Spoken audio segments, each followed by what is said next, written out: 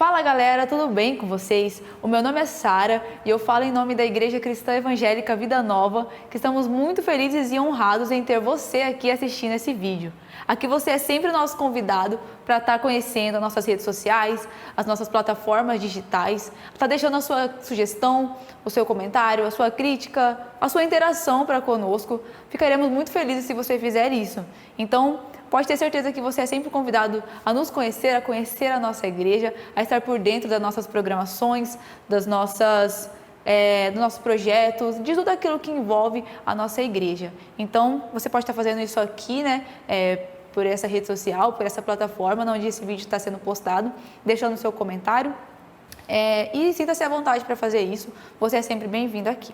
Então, sem mais delongas, vamos começar o nosso estudo e hoje o nosso tema é Deus e a expectativa humana. Expectativa, né? Esperança, anseio, desejo, isso a gente tem 100% da nossa vida, né? Em 100% da nossa vida é algo inerente ao ser humano, desejar, ter expectativas em algo, em alguma coisa e até mesmo em alguém.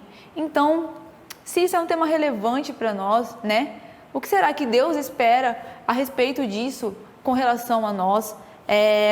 Até onde isso influencia nas nossas vidas, né? Ter expectativa em algo, em alguma coisa, em alguém, a gente sempre faz isso em 100% das vezes, 100% dos casos, né? Até mesmo nos piores casos que você pode pensar, né? Nas pessoas suicidas, por exemplo, né? Elas muitas vezes perderam as esperanças, perderam as expectativas nas pessoas, no mundo, até mesmo muitas vezes em um Deus que pudesse tirar elas daquela situação que elas estão vivendo.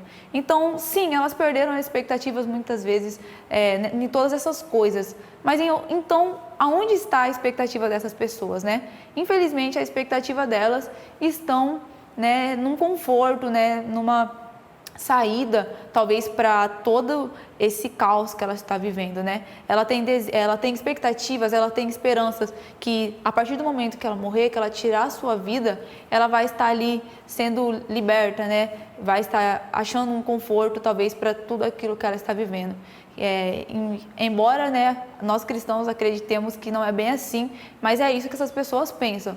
Então, as expectativas, elas sempre existem, né? Até mesmo nos piores casos, como a gente viu, né, vamos dizer assim, as pessoas ainda têm expectativas em alguma coisa, em algo, né, em alguém. Então, como a gente já falou, se isso é uma coisa relevante para nós, o que será que Deus espera a respeito disso, né? Até onde nós devemos nos preocupar com as expectativas que nós temos em relação a tudo, a nossa vida, a Deus, ao nosso futuro. Então, é sobre isso que a gente vai falar hoje e eu espero que você seja abençoado com esse estudo, né? E vamos trabalhar tudo isso à luz do Evangelho, né, das Escrituras, da Palavra de Deus. Então, para começarmos de fato o nosso estudo agora, vamos fazer uma oração e entregar tudo isso nas mãos de Deus e esse estudo, e que essa palavra seja muito edificante para você, se essa for a vontade dele. Senhor, obrigada por mais um dia, obrigada pelas nossas vidas, obrigada por quem Tu és para cada um de nós. Senhor, o Senhor é Deus soberano. Nós queremos confiar nisso, Pai. Queremos ter nossas expectativas e mente sempre em Ti, Deus. Que o Senhor nos ajude, Pai. E que esse estudo, Pai, possa ser um estudo norteador para algumas pessoas, para as pessoas que precisam disso, Deus.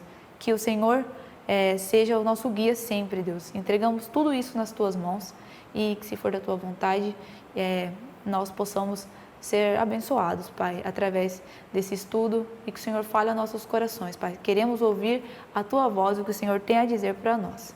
Em nome de Jesus, amém.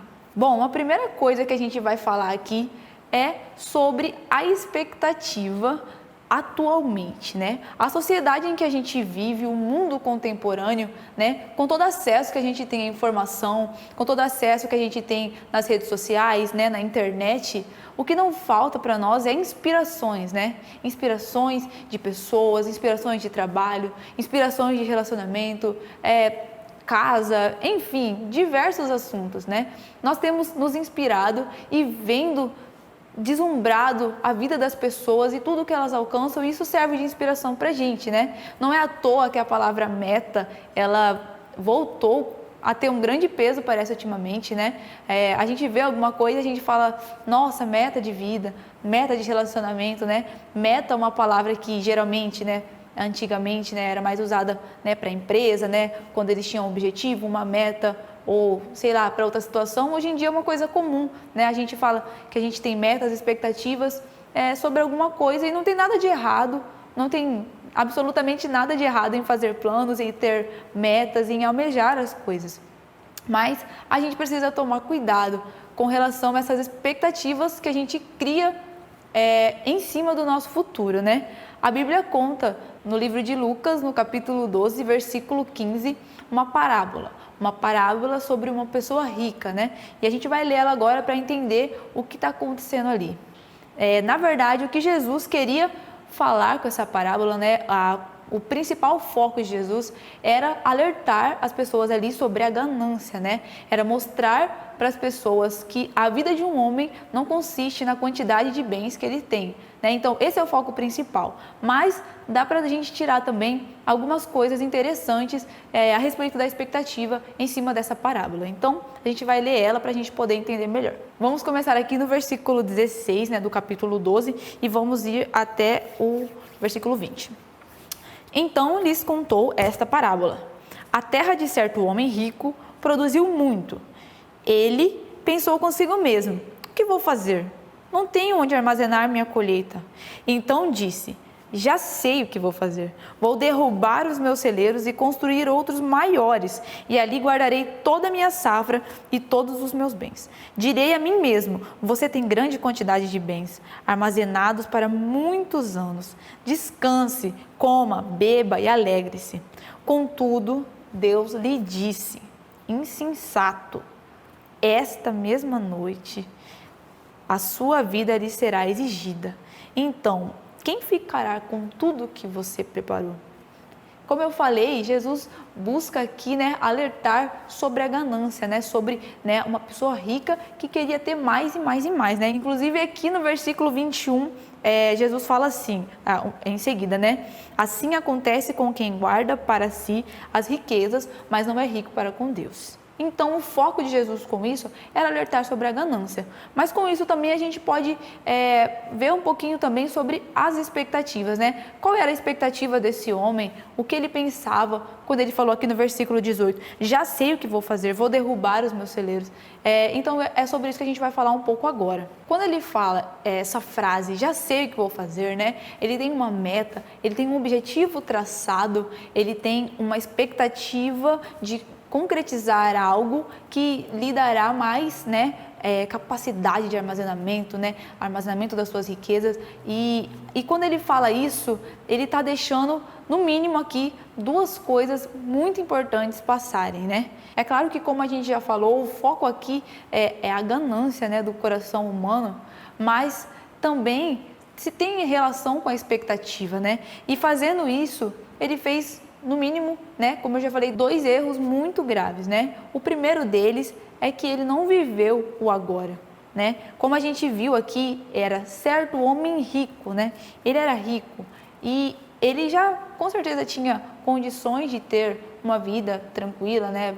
Ser bem-sucedido, talvez, no que ele fazia, mas ele não vivia o agora. A mente e o coração deles estavam no futuro, né? No que ele podia alcançar mais ainda, no que ele podia almejar mais ainda. E com isso, ele acaba perdendo, né, esse momento presente, onde ele vive infeliz, né? Por não ter a capacidade de armazenar e não ter a capacidade de ter mais riquezas do que ele já tem. E aí Deus vem e lhe diz: insensato, né? Algumas traduções diz tolo. Essa mesma noite pedirão a sua alma, né? Então, tolice, insensatez, a gente viver deslumbrando, né? Não tem nada de errado em você sonhar, em você almejar ter as suas coisas. O problema é quando isso toma o seu coração, toma a sua vida, né? E aí se torna algo pecaminoso, né? Ganância é pecado.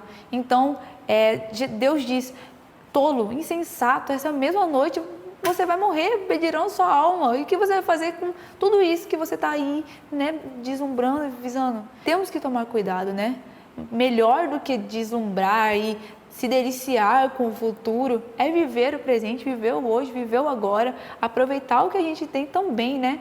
Deus fala, é insensato se você só focar no mais e não aproveitar, né? Você vai deixar o tempo passar e aí você não vai aproveitar o que você tem hoje, porque de tanto você sonhar com o futuro, né? Uma vez eu vi, né, acho que através de uma foto, uma frase do filme Kung Fu Panda que eu achei muito interessante, eu trouxe, que fala um pouquinho sobre isso também, né?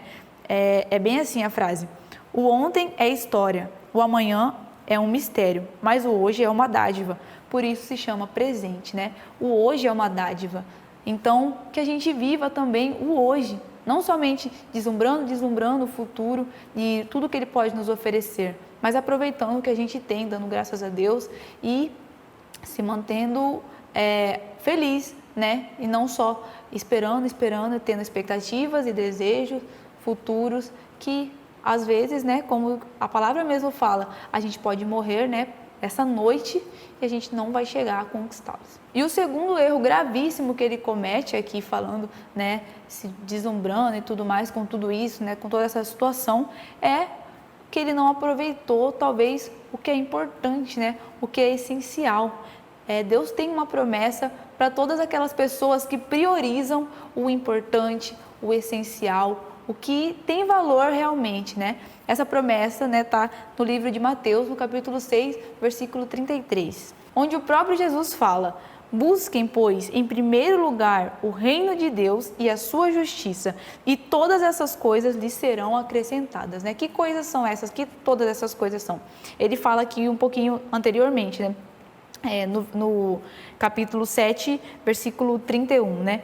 Não se preocupem dizendo o que vamos comer, o que vamos beber, o que vamos vestir, né? Que são o quê? As coisas básicas, né? Comer, beber, vestir. Então, Jesus está falando, priorizem o reino de Deus e a sua justiça, que todas essas coisas vão ser acrescentadas a vocês.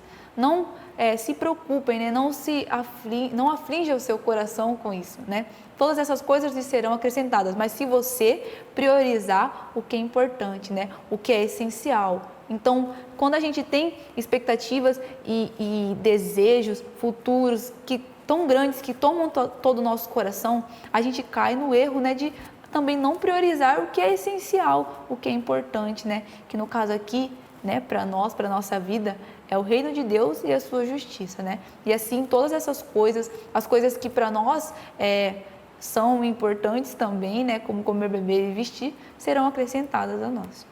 A segunda coisa que a gente vai falar sobre a expectativa agora é a relação que ela tem com o desejo, né? A expectativa e o desejo, eles estão ligados e relacionados no sentido de, se a gente deseja alguma coisa, automaticamente a gente tem expectativas quanto a essa coisa, né? E não tem nada de errado, como a gente já falou, em sonhar, em fazer planos, em desejar certas coisas, né? E não tem nada de errado nisso, não tem nada de errado. O problema é quando esses desejos, esses sonhos, essas metas, essas coisas, elas se tornam algo tão exagerado e tão, surreal, que elas se tornam algo fantasioso e irreal, vamos dizer assim. Você pode estar se perguntando, o que seria isso, né? E a Bíblia traz um exemplo muito forte também sobre isso, que está no livro de Êxodo, no capítulo 32, no versículo de 1 a 4, que é a história de Israel e do bezerro de ouro, né? A gente vai ler essa história um pouco para entender o que está acontecendo aqui. E a partir disso a gente vai tirar algumas conclusões sobre a expectativa e o desejo. Então, vamos ler Êxodo capítulo 32, do versículo 1 até o versículo 4. Diz assim a palavra de Deus: o povo, ao ver que Moisés demorava a descer do monte, juntou-se ao redor de Arão e lhe disse: venha, faça para nós deuses que nos conduzam, pois a este Moisés, o homem que nos tirou do Egito, não sabemos o que lhe aconteceu. Respondeu-lhes Arão: tirem os brincos de ouro das suas mulheres, de seus filhos, das suas filhas, e tragam-nos a mim. Todos tiraram seus brincos de ouro e o levaram a Arão. Ele os recebeu, os fundiu, transformando tudo num ídolo, que modelou com uma ferramenta própria, dando-lhe a forma de um bezerro de ouro. Então disseram: Eis aí os deuses, ó Israel, que tiraram vocês do Egito.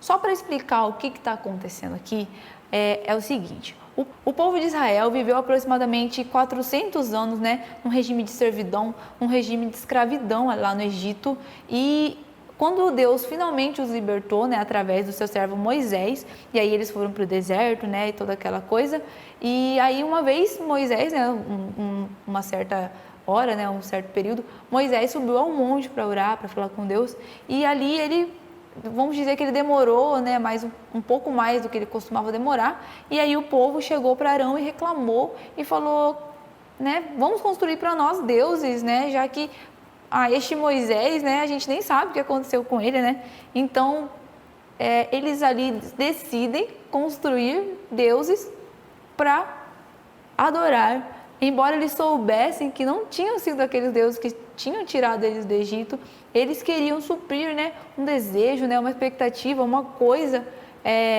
que tinha no coração deles, né, com idolatria ali, fazendo para si deuses que eles pudessem adorar e falar que foram eles que tiraram eles do Egito, né, e que a gente sabe que não tem nada a ver, foi uma coisa que eles mesmos fizeram com os próprios adereços, com o brinco. Então, que coisa irreal, que coisa fantasiosa, uma coisa que estava, nem sei, entranhada na cabeça deles e que eles fizeram. E ali o povo se corrompeu, né? E você pode estar falando, que loucura desse povo, né? Como que eles fazem isso e acreditam, sei lá, mesmo assim que foram eles. Mas é exatamente isso que o pecado faz, né? O pecado também, ele é uma coisa que muitas vezes ele tá ali para suprir a nossa expectativa, o nosso desejo, ele é um escape para você acabar suprindo o que você deseja, onde você tem as suas expectativas, mas que na verdade é uma coisa completamente errada, uma coisa completamente suja, né? Uma coisa que Deus não se agrada e que no final, né, a gente vai acabar arcando com as consequências desses pecados, né? Por exemplo, a pornografia é muito assim, né? Quando alguém consome ou assiste pornografia, né, e aquilo vai para a cabeça dele, né, e toma a mente e os seus pensamentos, e quando ele tenta suprir essa expectativa, esse desejo na outra pessoa e se frustra ao ver a realidade, né, ao ver como as coisas são na realidade, né, que muitas vezes pode ser bem diferente do que ele está pensando, né, dependendo do nível de que ele assiste e consome pornografia, aquilo pode estar tão sujo e depravado na cabeça dele, né? E aí quando ele tenta suprir isso na outra pessoa e se depara com a realidade, ele acaba o quê? Frustrado, né? Ele acaba se decepcionando, né? Porque uma expectativa errada, uma expectativa gerada de uma maneira errada, fantasiosa e irreal, que está só na cabeça dele, né? E causa toda essa decepção, né? Desgosto, frustração, né? E no outro, pior ainda, né? O que a pornografia faz no outro a não ser causar vergonha, né? Vexame, humilhação. Então, é muito séria essa questão das nossas expectativas colocadas de maneira errada, né? De maneira fantasiosa, de maneira que só a gente acredita, né? Mas que na realidade é uma coisa completamente errada, né? As drogas também é muito assim, né? Quantas pessoas não tentam se refugiar nas drogas, não tentam achar ali algum escape, né? Para um desejo que ela tem, né? Mas que depois, na verdade, elas se encontram, né? Tendo que pagar o preço, né, por estar presa, né, por estar viciada naquilo, né. Então a gente tem que tomar muito cuidado, né, da forma com que colocamos expectativas nas coisas, né.